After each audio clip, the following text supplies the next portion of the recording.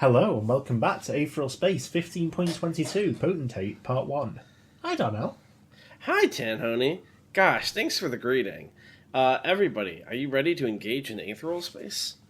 I'm ready to engage with the material and take it seriously. All right, class, quiet. I'm ready to learn, to listen, and ready to learn. A narrator is speaking. Stay quiet and listen. This is what a reader looks like. It's a selfie.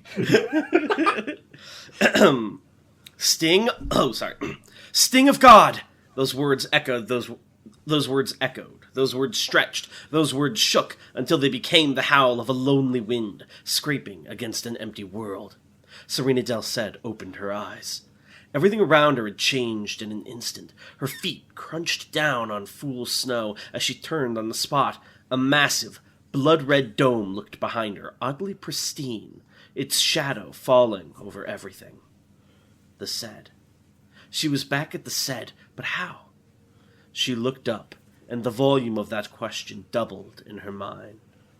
The sky was pitch black, no stars, but that wasn't what beckoned Serena's awe and horror. What did that was what had replaced the stars. Spheres, planets, as far as the eye could see, neatly arranged in unnatural rows like they were being gardened. Oh, that should be neatly, not nearly. Every planet was the same, white, covered in coldless snow.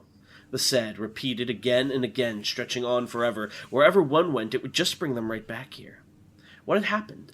She honestly didn't know. 1 second she'd been fighting Erica and the Thinker's Comet, and the next, said Erica Del Ced. You were here. Serena leapt backwards, turning her head to look at the source of the voice. Erica Del Ced stood atop the crimson dome of the Ced facility, the tips of her shoes alone making contact with the scarlet steel beneath. She spread her arms wide as if to welcome Serena. As if to welcome Serena home, her dark brown eyes calm and passive. A smile played across her thin lips. Sorry, there's a little speck of dust on my computer. I thought there was a period there. What people do, this is the most hidden lore, is that Erica's high as shit this entire arc. That's why she's so calm. There's no other reason. Is that really it? No, she's not high as shit. What is this? Serena demanded, reaching her hand back to take a force field from Bruno. Her eyes widened. It seems you've already realized you have a bigger problem, Erica said casually. You figured it out faster than most. A lot of people... Where's Bruno? Serena screamed up at her. Erica frowned. Physical laws don't mean that much here, she said, so you don't need to yell so loud for me to hear you. Serena plunged her hand into the ground, pulling free a blade of ice and stone. Seething, she pointed it up at Erica. Answer the question, she hissed. With all the grace of a gymnast, Erica hopped down from her perch, dropping down right in front of Serena. The landing was so smooth it didn't leave a mark in the fool snow. Or rather, this was not a place where such physical consequences were relevant. Erica smiled. He's exactly where you left him. Where's Serena? Bruno demanded, holding out 2 force fields defensively as Erica rose back up to her feet. Right after she landed that attack, that sting of God, she'd immediately jumped backwards to retreat. Bruno would have gone after her, but inside his head, he felt alone. He couldn't feel Serena's presence. Erica cocked her head, the slightest smile playing across her lips. What do you mean? She asked. She's exactly where she was a second ago. Don't bullshit me! No, I mean it. You see, my ability, Sting of God, is specialized for people like you. You know, people with resistance to my other mind viruses. What did you do? Demanded Serena, slowly advancing, gripping the hilt of her sword so tightly that the ice and stone were cracking. All of my abilities, save Jaws of God, rely upon transmitting part of my own consciousness to others, Erica explained pleasantly, even as Serena drew closer with murder in her eyes. I generate despair and transmit it through my finger. I generate guilt and transmit it through a shield. With Sting of God, she planted a hand against her own chest, as if to open up her ribs and expose her heart. I generate a full copy of my own mind, she finished, and I send it right into you. Serena hesitated. So, she said. This is... Erica nodded. This thing you're talking to right now isn't actually me. It's just a copy of me. The real me is out there, talking to you, said Erica. Bruno grit his teeth as he glared at his opponent. Behind her, the bloody light of the Prince Regent continued to pour out into the hallway, as if wrapping itself around Erica's form. Still, she said, I didn't expect this kind of unique response.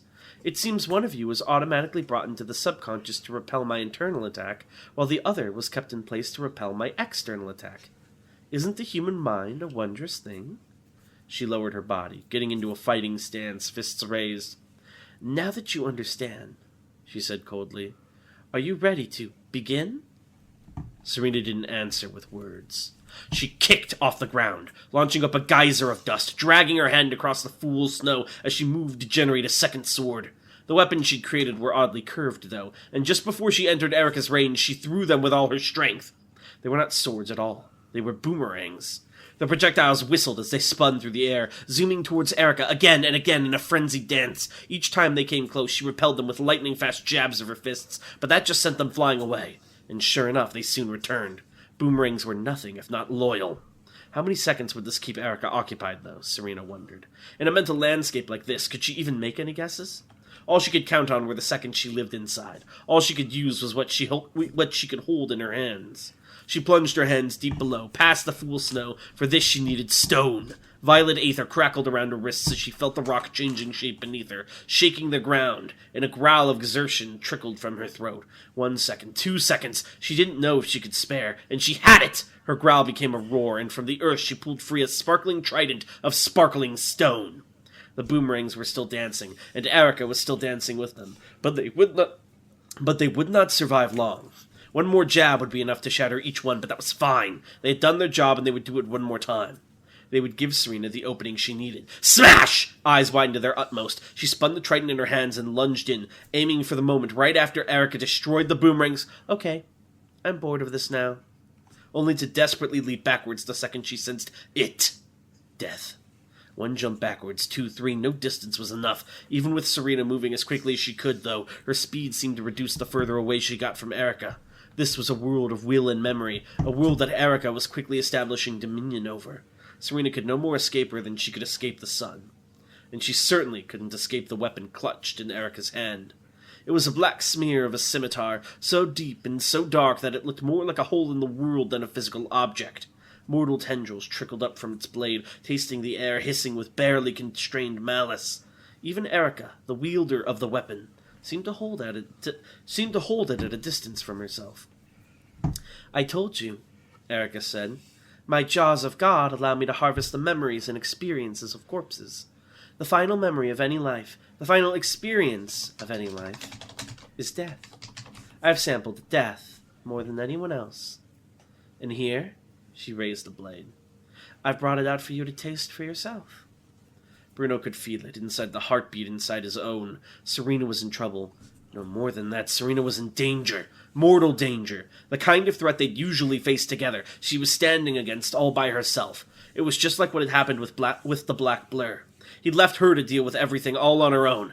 Perfect parry! Perfect parry! Even with all that running through his mind, though, Bruno was able to catch both of Erica's fists in split-second force fields, holding them in place like a pair of handcuffs. Pale, sweating, he raised his own fists and unleashed a barrage of punches at Erica. Fury drove him. This woman was the wall keeping him and Serena apart. This woman was the guillotine heading for Serena's neck, and he couldn't do a thing about it!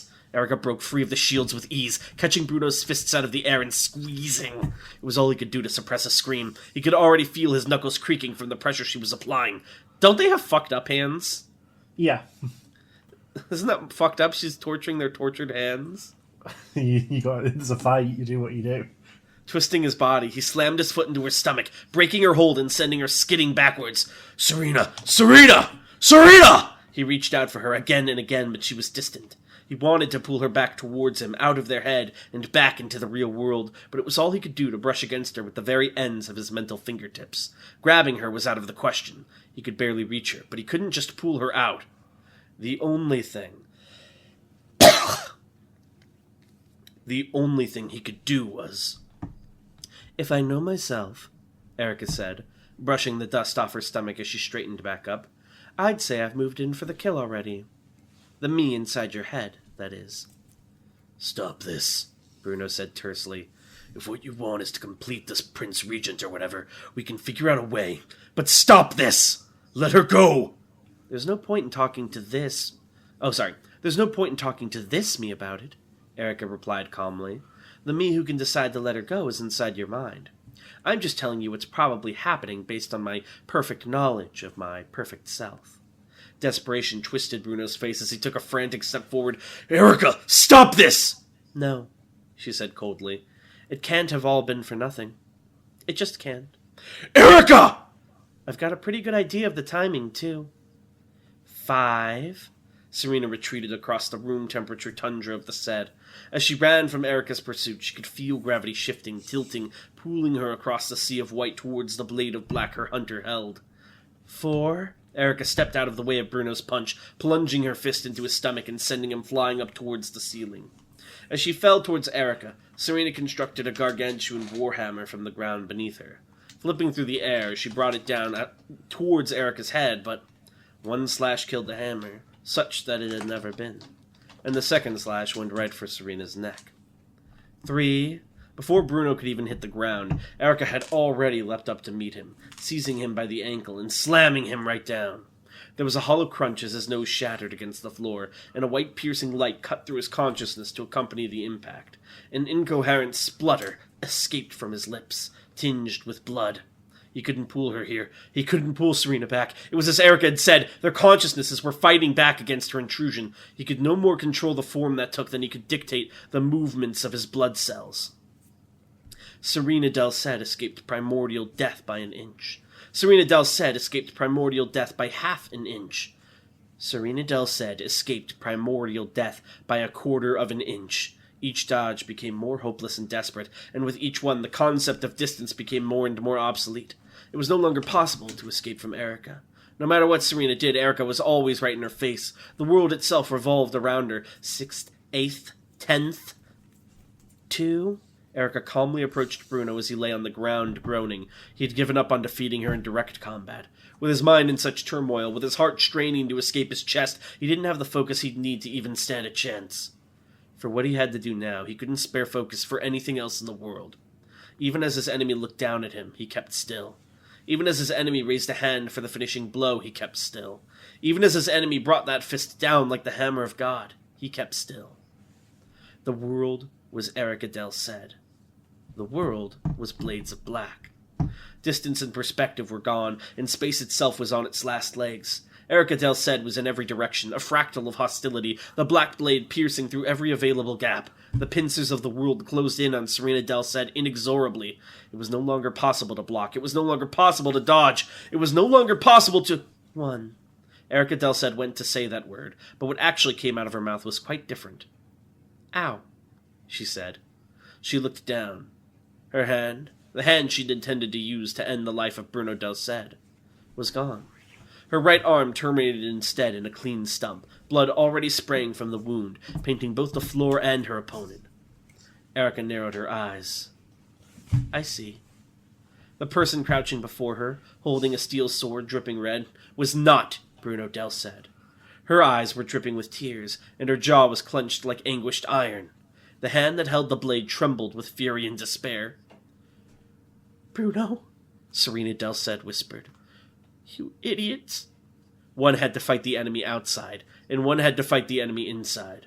No matter how hard Bruno Del Ced tried, that fact could not be changed. So, instead of pulling Serena out of her battle to join him, he had done the next best thing. He had swapped places with her. The black blade impaled the chest of Bruno Del Ced. It impaled his stomach, too, and his legs and his arms and his throat and his brain. From every angle the black blade protruded, and through every part of his body the black blade took its pound of flesh. He hung suspended in a world made of his own murder. And yet, a bitter smile still remained on his lips. This was fine. After all, it's the little brother's job to look after his big sister, too. Bruno Del Ced closed his eyes and scattered into nothingness. Do you believe Bruno is dead? Comment down below. You just scattered into nothingness. What are you talking about? That's fine. Whatever. He'll He come got back. hit by a primordial death. That was just him coming back to Every angle. consciousness.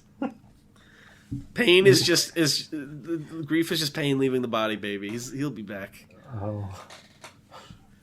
He's fine. 3 heads, any chapter now.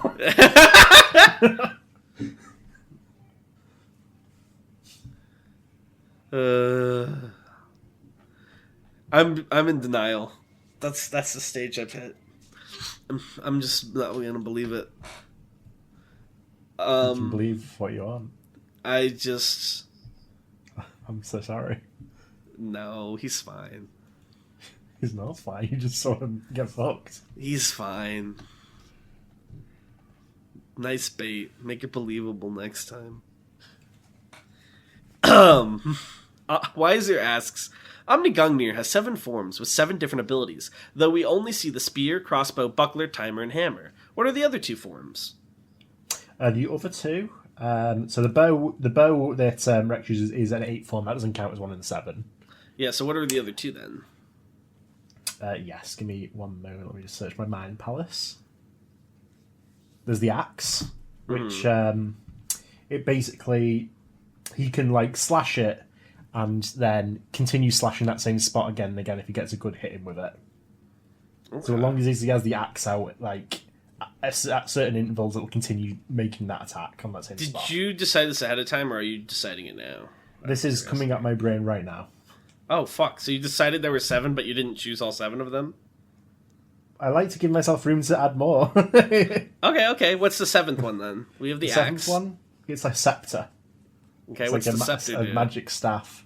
Basically, what it does, it absorbs and redirects energy. Like it's like a lightning rod. If like lightning struck her in a lightning-based attack, it would absorb it and redirect it. Okay. So, but not specifically lightning. Any sort of energy-based projectile, it would like redirect. That's weird. Neither of them have to do with time much. Very Leave it curious. to the rest. The only one that really has to do with time is the timer. Well, the buckler, kind of. And the hammer. That's the timer, yeah. No, the buckler and the timer are 2 separate gears. No, they're the same, aren't they? Mm-mm. Are you sure? Yeah, he kept swapping back to the timer between the buckler. Oh, yeah. Well, the timer, then, is the only one that really has to do with time, then. The rest are tools to be used based on what he knows about the time. Fair enough. MT asks, what would happen to Anatrice with time delay abilities, like that one girl in the Elysian Fields arc that delayed damage 24 hours? Not a good fit.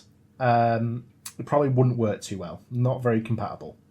Also with Anatrice, because basically, what would happen is if you use the 24 hours and then switch back, the ability gets cancelled out and she immediately would take that damage that was going to be delayed 24 hours. When Anatrice emulates someone and she tricks their Aether into thinking it's them, is she also affected by their Aether tick? Like, say she pretended to be Simeon Deldrano, would her hair start growing?